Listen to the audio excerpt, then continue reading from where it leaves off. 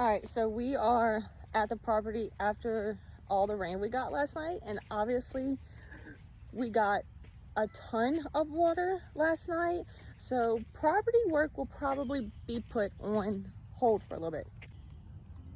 This is full of water.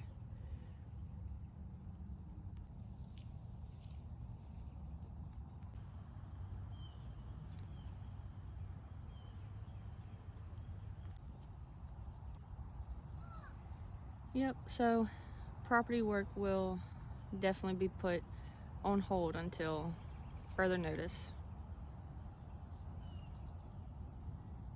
Water to it, and we got a pond, a show enough pond right now.